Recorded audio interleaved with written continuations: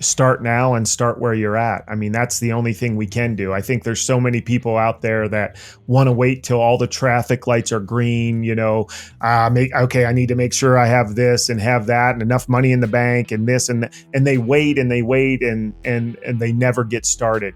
You know what? Get started today and get started where you're at. I mean, chances are you can do a few small steps to get you moving in that direction. Other things will open up. But if you kind of just stay there and wait for things to be perfect, you're going to be standing there an awful long time. On this episode of Establishing Your Empire, I host Nelson Tressler. Nelson's early life was filled with trauma, struggle, and court trials. But although his childhood was something that many of us couldn't fathom going through, he was able to turn his life around in a positive way. He set goals, kept a positive mindset, and stayed accountable to his actions. And he's developed an app called IGotSmarter, as well as wrote a book to help others do the same. We discuss how you're not a victim of your circumstances, but a product of your choices, about how to start a business or write a book, or simply how to design a better life. You're listening to the Establishing Your Empire show, a podcast that inspires entrepreneurs, creatives, and future business owners to pursue their passions, grow their organizations, and build their empire. My name is Daran Herrman, and creatively, I'm best known for my photography. But business-wise, my claim to fame is growing a company from $15K per month in online sales to breaking the $1 million a month barrier. And I'm sitting down with interesting people to talk about their process, the lessons they've learned, and how they have established their empires. All right, I got Nelson here on the Establishing Your Empire podcast. Thank you so much for joining me. This should be a really good episode, very unique.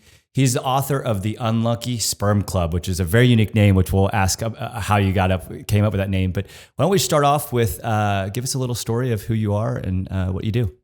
Yeah, so I've got quite the unique origin story. You know, my mom became pregnant with me when she was 15 years old.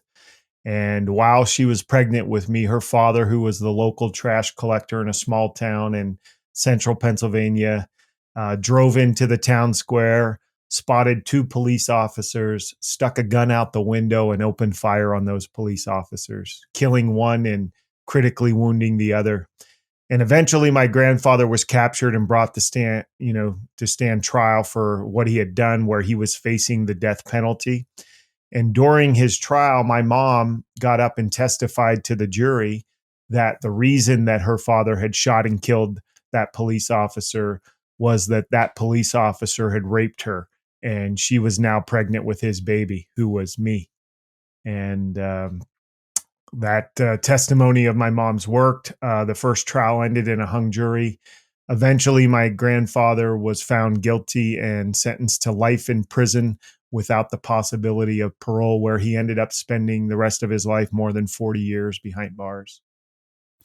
Oh my. So that's a amazing place to start. So obviously your upbringing wasn't easy, right? So maybe give us a little bit more in that background. Yeah, I mean, if you can believe it or not, it actually got worse. My mom, I am the child of a 15-year-old mother. Eventually, my mom met a man who would eventually become my stepfather. Come to find out, he was an alcoholic, very physically and emotionally abusive to me and my mom, almost on a daily basis. Eventually, my mom and stepdad have 4 children, and because of the lifestyle that they're living, a lot of the basic needs of taking care of my siblings fall upon me as the oldest. From diaper changing to bottle feeding to waking up at 2 a.m. to put crying babies back. And because of that lifestyle, my mom would rather me stay home from school and help with the kids than go to school.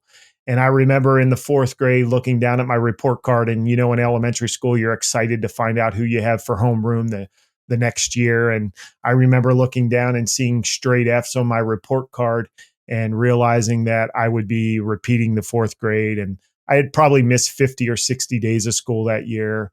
And the following year, I was placed into special ed. I couldn't read, I couldn't write, I couldn't spell. And come to find out, I had dyslexia. And that pretty much took me up to that point. And then one day, my stepfather was walking home drunk from a bar. Somebody else was driving home drunk from that bar, and they ended up hitting and killing him. And it was at this time, as hard as my mom's life has been to this point, and it's been brutal. Losing my stepfather pretty much broke my mom. My mom had dropped out of school in the 8th grade, never worked outside of the home, and now she was trying to figure out how she was going to care for 5 small children. And it was at this time that she decided that she was going to take her own life, and she attempted suicide.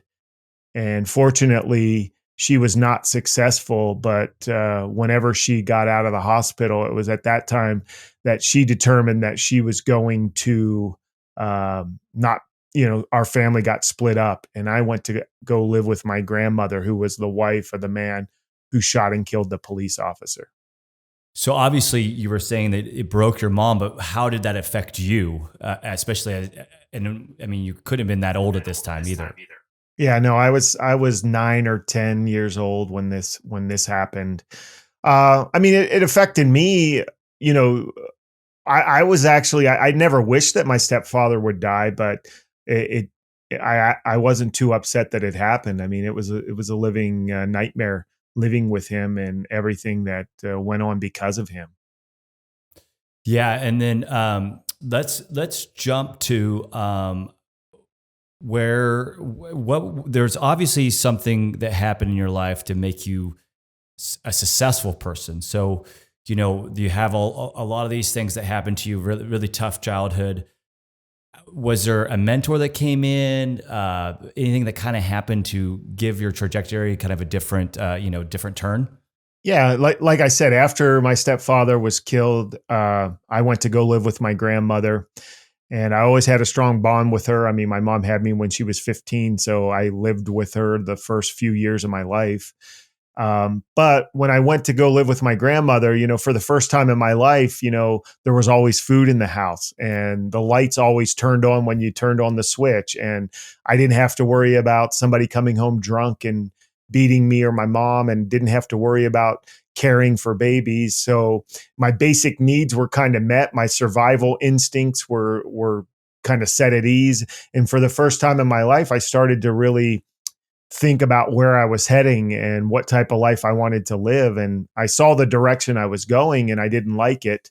And then one day there was a counselor that came in from Penn State University, and they talked about what it was going to take to get into college. And I kind of thought at that time of my life, man, if I could graduate from college, my life would be perfect from there on.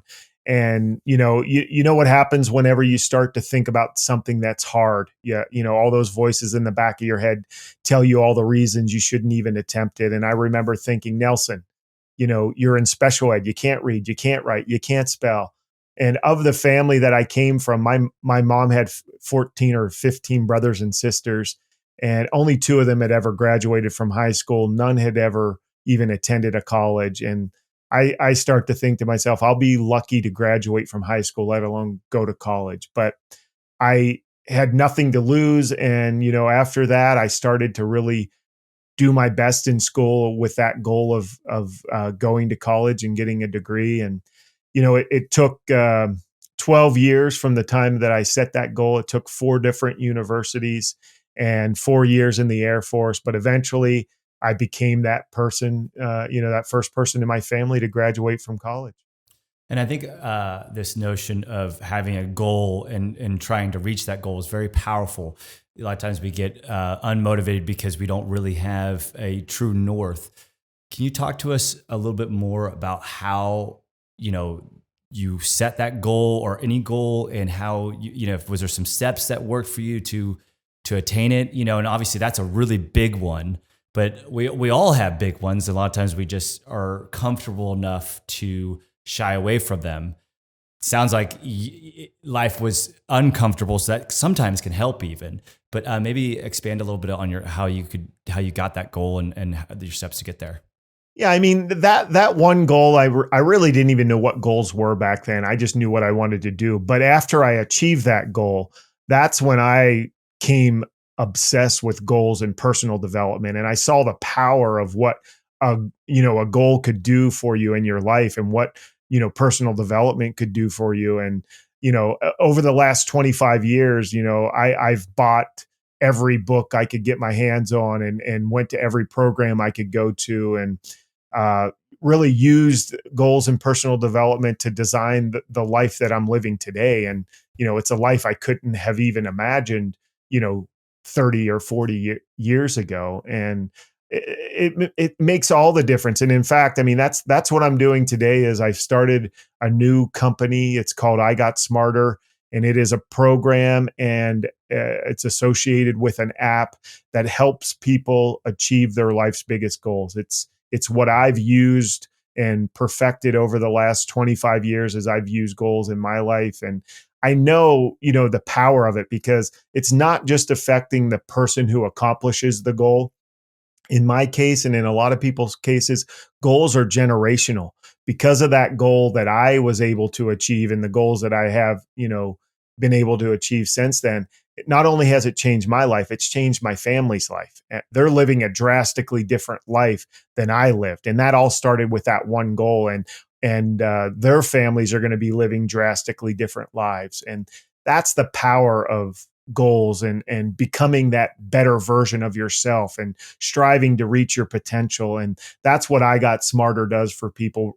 Whether you've never been able to get past January with a New Year's resolution, or you feel like you're pretty good at achieving your goals, the IGotSmarter program will help you take your goal achievement to the next level, no matter where you're at.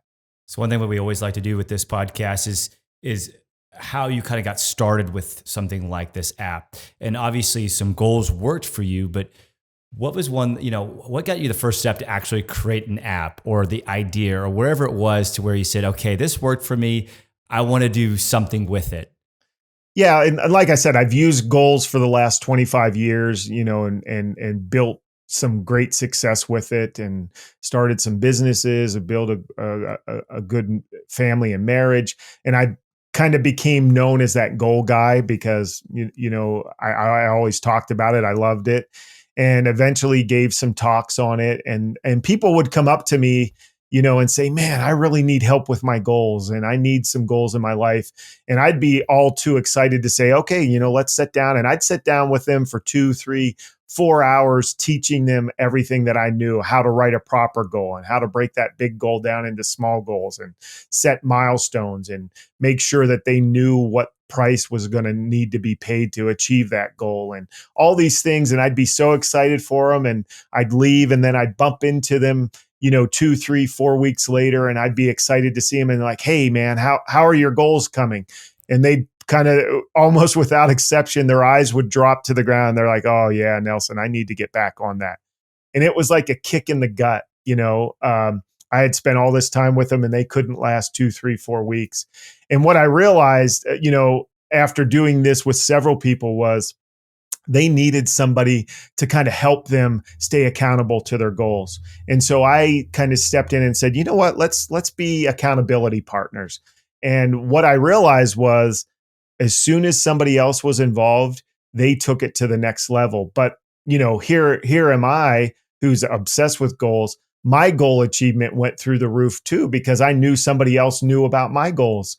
And I knew I was onto something, and eventually I became, accountability partners with 3 or 4 people who uh, were working on their goals, and found out it was too much for me. I wasn't charging for this. This wasn't my job. I was just doing it to help people. But then I was on a hike one day, and I had this epiphany, I need to just start a group, and then we'll rotate partners and help each other. And so I did that, got 12 people together, and these people came from every walk of life. There were surgeons and lawyers and business owners, and it was during the recession. So there were a few people out of work, but we did it. And I taught everybody how to do goals, and we all rotated partners to help each other stay accountable. And when I knew I was onto something was, the wives of the men who were in this program, they would see me out and they'd come up to me and say, Nelson, you can never stop this group. My husband is a different man. He's thoughtful. He's, living life with purpose. He's this, he's that. You never stop it. And then a few years into the program, all the wives of the men who were in my group, they started their own gold program because they saw the benefit of it and they saw how valuable it was in their lives. And that's when I kind of knew that we needed something like this. And, that was 10, 12 years ago. And a few years ago, I was able to sell a couple businesses. And I got to the stage in my life like, okay, what are you going to do with the rest of your life? I didn't want to watch waves crash on the beach. It's not in me. And I started to reflect about the kind of life that I had lived, my birth and everything that represented. And I started to give that a positive meaning and think to myself, maybe I lived that life so that I could help inspire other people and motivate other people.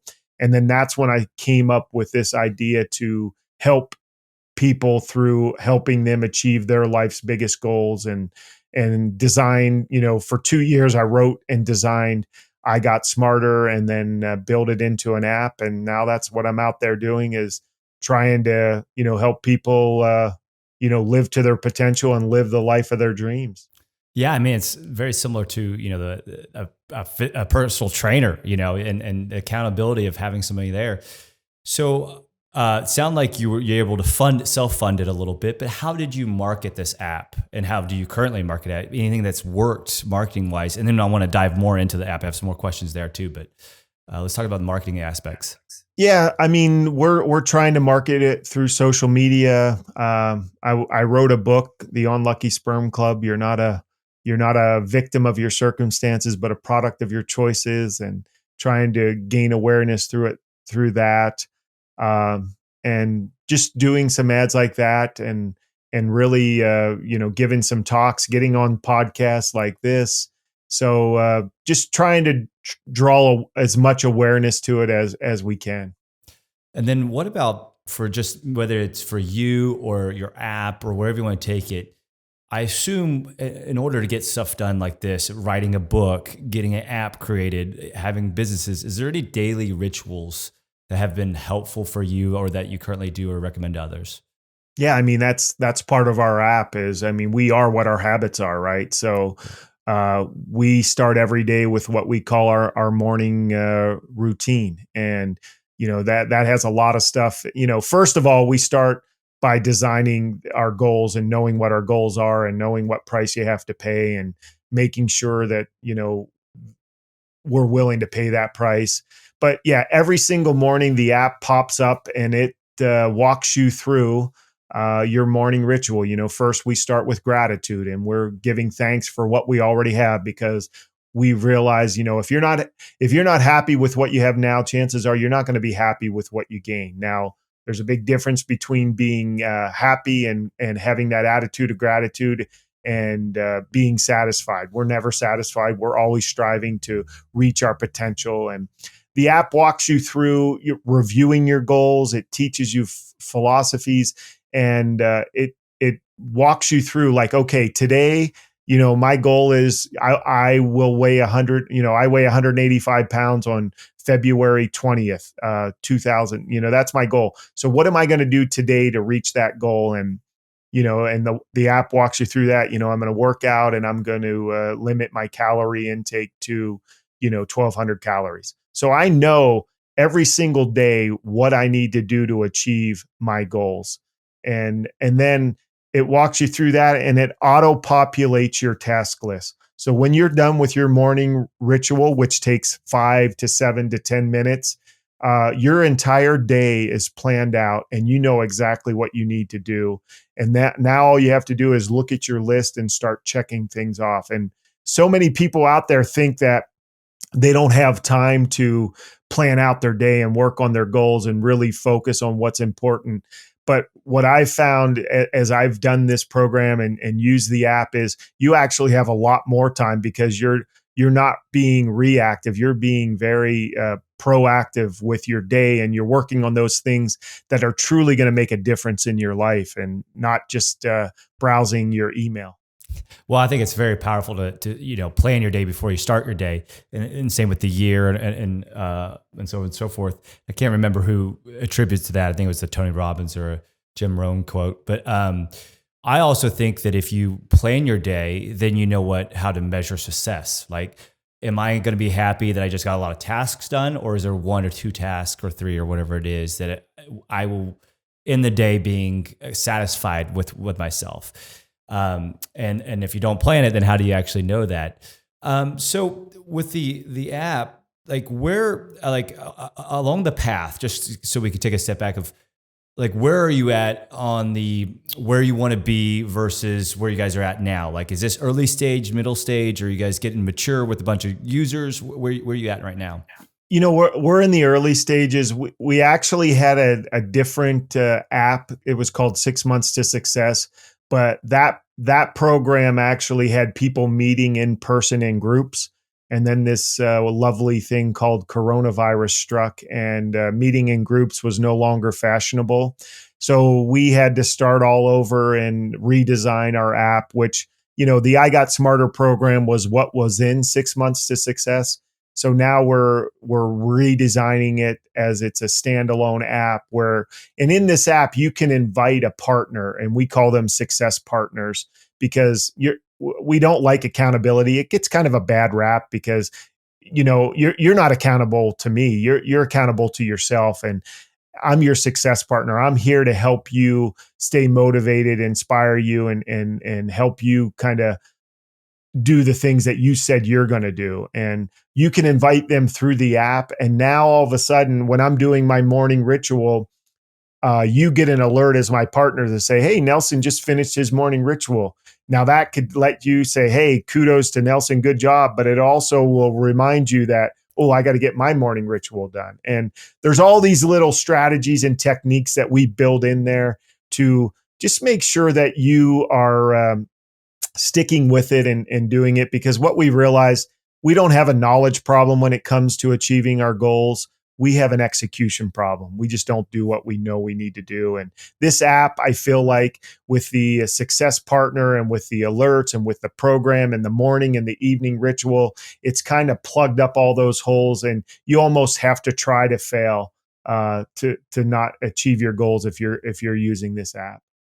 What about just someone who wants to create an app or a business, wherever you want to take it? Because we have a lot of our listeners is kind of those want to be entrepreneurs and stuff like that. What advice would you give for somebody to kind of take some of those first steps to get going? Well, the first step is start now and start where you're at. I mean, that's the only thing we can do. I think there's so many people out there that want to wait till all the traffic lights are green, I need to make sure I have this and have that and enough money in the bank and this and they wait and they wait and they never get started. You know what? Get started today and get started where you're at. I mean, chances are you can do a few small steps to get you moving in that direction. And as you do those small steps in the direction to start this business, other things will open up. But if you kind of just stay there and wait for things to be perfect, you're going to be standing there an awful long time. What about any failures in your business career that you want to talk about, or that would help somebody? Yeah, I mean, I've had a lot of, and failure is such a strong word. I don't ever feel like I failed because I never quit. But I definitely had some struggles. I mean, I built first I invested in a chain of children's daycare centers, and our operating partner embezzled over $1 million from us, and had to take that business over with no intentions of ever taking it over. And I write about this in my book, The Unlucky Sperm Club. But eventually, a few years after I've taken it over, and we're going through the Great Recession at this time, so business sucks anyhow. And one of my directors was leaving, and I had to hire a new director. And my regional director came to me with this person that she wanted me to hire, and it was a man. And a man in the daycare industry has a target on him, and I'm like, I'm not hiring a man. I don't care if it's illegal or not. I just, people aren't comfortable. But anyhow, eventually, I took an interview with this guy and he blew me away and was incredible and did a great job until one day I turned on the TV and there was the news outside of my daycare center. And in the upper left-hand corner was a picture of this male director. And underneath it, it said, daycare employee charged with child molestation. And, there's very few things that are worse for anybody, but, a child molester and child care. But, anyhow, come to find out he, unfortunately had molested a few of family friends and not anybody in the center. But after a year of legal battles and dropping business, down to maybe 20% of what we were originally at, eventually, we figured it out and stayed the course. And I was able to recover from that and sell that business. But yeah, I mean, there's tons of mistakes. I mean, I've been blackmailed from employees from my pet resorts and commercial real estate. I've invested in deals and lost hundreds of thousands of dollars. But and that's what people need to realize is I love reading biographies. I love hearing these stories of people who are successful, and without exception, you read into that, you'll see where they were 1 or 2 days away from failing, or one choice away from failing, or one choice from the business not going, the direction that it was today. And we all just have to get through that. And people see people who are successful and they think that just happened and it wasn't hard and they had no trials or struggles. That is the furthest thing from the truth. I mean, every business I've ever started, including IGotSmarter, as I'm trying to figure out a whole new industry. I mean, it's hard and it struggles, but the only way that you can fail is when you quit. So you just have to keep at it. And what keeps you going, right? You've had some of those things happen that would probably just get you, boom, dead in your tracks for some people. But is it a motivation? Do you have a big goal in mind? I think you might there. What keeps you going?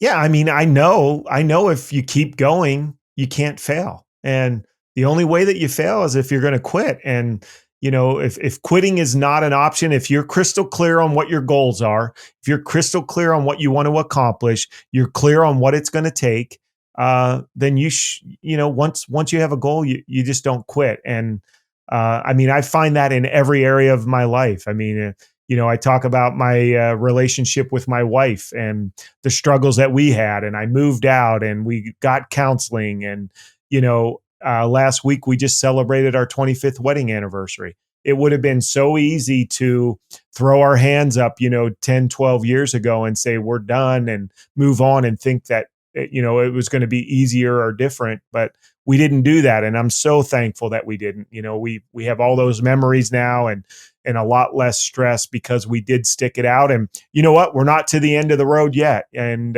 we'll have more trials and more struggles, but we both have that same goal and we keep fighting the fight every day.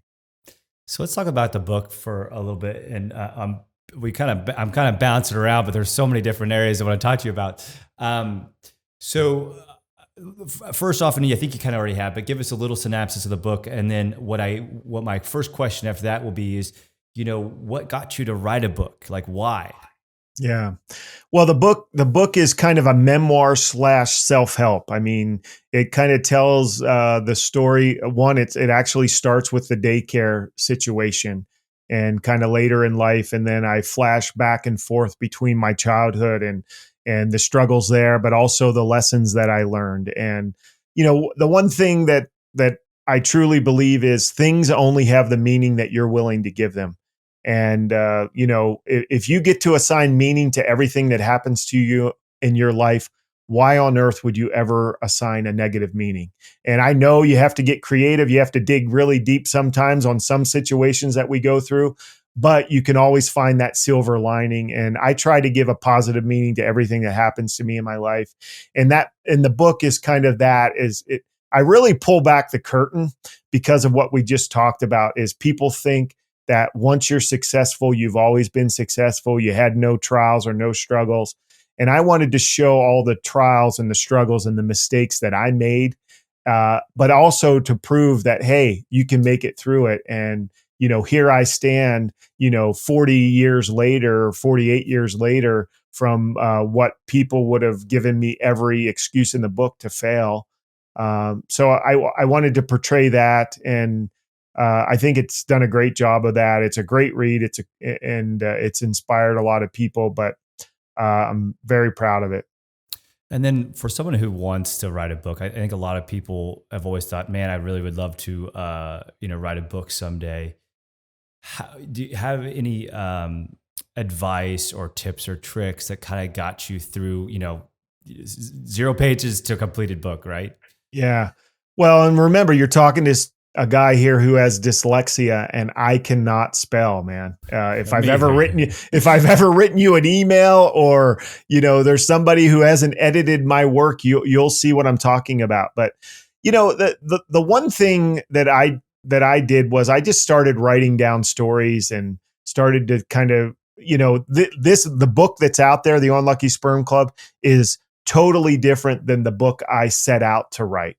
And I worked with a company. I mean, I knew I was going to need help with editing, and I'd never written a book before, and kind of coming up with, how the book was going to flow and how we were going to put it together. So, I worked with, they're called book launchers. I'm not getting paid to say that, but they were great. So you can find people out there that can help you do that. And I'll tell you that the reason that we're talking about my book now is because COVID struck and everything was shut down for months and months and months. And all of a sudden, I had all this time on my hands. And, again, things only have the meaning you're willing to give them. And, as sucky as COVID was for a lot of other things in my life in the world, it was exactly what I needed to finish my book. And that's why it's finished today. Yeah, a lot of people frown upon, hiring companies to help you with a book. But to me, it's just like a business. Like if I'm going to create an app or a website or you name it, like I'm going to contact some experts to basically accelerate the process, right? To me, so any rituals with writing though that you had, is it something where daily or just when it struck you, or anything that would help others?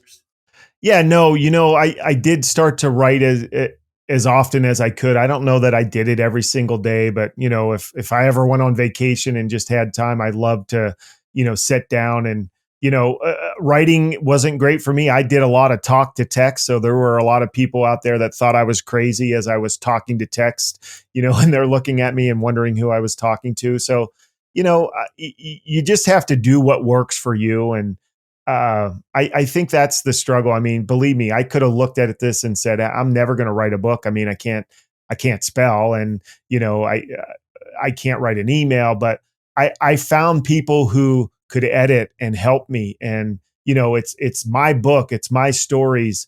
Did they help me kind of put it in a great sequence where the reader would be intrigued? And did they help edit and take things out that weren't necessary and add some things so people were clear? Absolutely. But it's still my book, and still my stories. I don't think it takes away if you get help. And I think that's one of the biggest problems that most people have, is they're afraid to ask for help and look for help. But geez, I mean, none of us can do it on our own. I completely agree. What about a normal day in your life, right? You obviously have talked about a lot of rituals. Maybe give us a couple things that you do yourself that helps you kind of achieve all these things that you've have done. Yeah, I'm an early riser, and I have a little man cave out behind my house that has my computer there and my workout equipment and everything. So I wake up, haven't used an alarm clock except for a flight or something like that in 10 years, and I just wake up and I go out there and I'm working on myself the first couple hours of the day. I'm listening to some motivation and inspirational YouTube videos. I'm watching podcast, anything that builds myself. And then I get in a good workout. and I head in, and, and then, I'm using the IGotSmarter app and planning out my day and what I need to do for my goals. And then, I'm shower and I'm at the office and doing everything there. But, I found it such a huge advantage to get all of that stuff done first thing in the morning before all the fires start.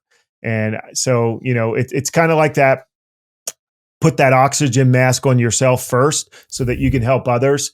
And, I always want to take care of myself, through those motivation and inspiration and working out. I'm taking care of myself first so that I can help everybody else around me. And you mentioned some, YouTube videos and some motivational things, and you can go there, or any mentors that you've had or books that you recommend to people that have been powerful for you over the years. Monday through Friday, I'm either listening to a podcast or an audio book in my car. And I probably listen to 50 or 60 books a year.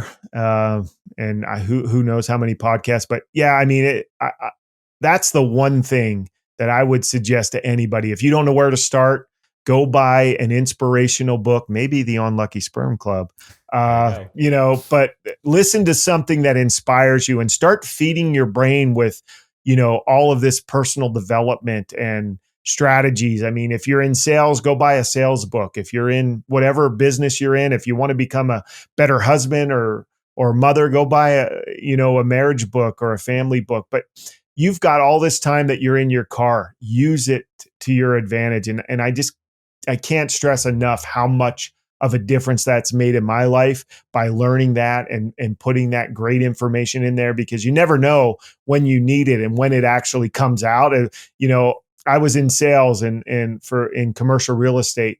And, for the first 3, 4, 5 years of my career, I was listening to every sales book there was. And, it helped me to become the top salesman, nationwide for that top 5 firm. And there's no way I would have ever done that if I didn't put in that time and learn those strategies and techniques. And I think, we're in such an amazing point of time in our lives, to where we have so much great audio from so many great people, and they're available to us, where we could just pop it on while we drive. Like, we don't even have to go buy tapes. And it's free. Yeah. It's free. Yeah. It's so amazing. So what about, like, obviously your rough childhood? What advice would you give yourself when your 16-year-old self, right? If you could. You know what? Don't quit. Things are going to get better. I mean, I couldn't imagine living the life that I'm living now at 16. It wasn't even in my, realm, or it was like fantasy land. And, we are not the person that we're always going to be. And I think people get caught up into that. Is like, I've always been this way, or I always do that, or things never work out for me. You know what? I truly believe we are exactly where we choose to be. I mean, we've chosen to be where we are, for the most part. I know there's some situations out there, but for the most part, we choose where we are right now. And if we don't like where we're at in any category of our life, all we have to do is start making different choices and making the choices that are going to get us to where we want to go, because we truly are the captains of our ship, and we are in control. We just need to understand, how to make different choices and more consistent choices to get us where we want to go. And that's why I designed the IGotSmarter app, to help people do that. I think we all have a story that we tell ourselves of who we are. And a lot of people don't realize the story that they're telling themselves. So I think that's very powerful to understand that, and maybe feed your own brain a healthy diet. I want to talk about a subject that, and feel free if you don't want to, but so you had an alcoholic father, and I did as well. Have you had any struggles with alcoholism and drugs, or anything that has helped you not have those issues? Because I think a lot of people have parents that have gone through a lot of that, and it's not the easiest thing to overcome. So wherever you want to take it.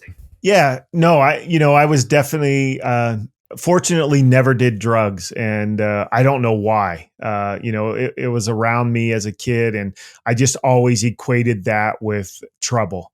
Me too. And Yeah. yeah, so fortunately for me, I didn't, but I definitely drank, and was a partier, and ended up, meeting my wife, and met her at a bar, and but fortunately for us, I mean, faith came into our lives, and it's been 25 years since I drank since then, and you know, I that's made a huge difference in my life too, because I haven't had to deal with that, and those struggles, and I know what they're like because I went through them, and the stupid things that I did. I wasn't a smart drunk by any means.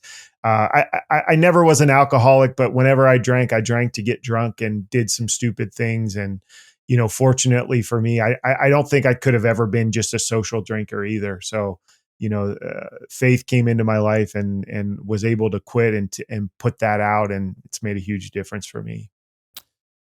So what does success look like for you? You know what success looks like?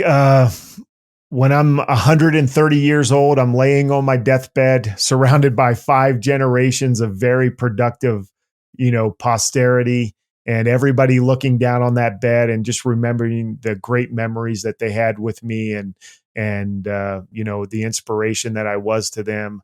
And, also realizing that because of some of the risks that I took, like writing a book, and starting new businesses, that not only was I able to change my life, but I was able to change the world, one person and one inspiring goal at a time. Any regrets along the way?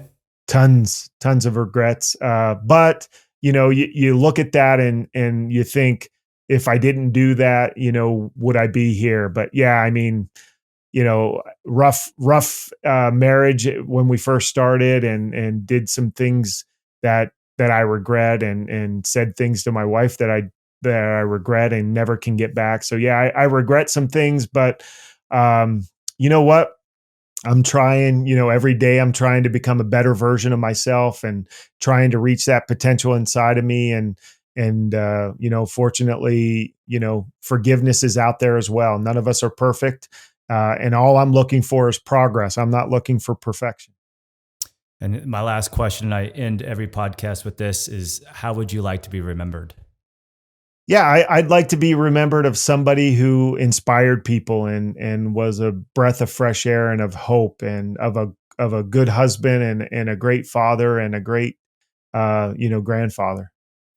Well, Nelson, I really appreciate you being on the Establishing Your Empire podcast. It was a big pleasure of mine to have you on the show. Yeah, appreciate you having me on. All right, cheers. Bye.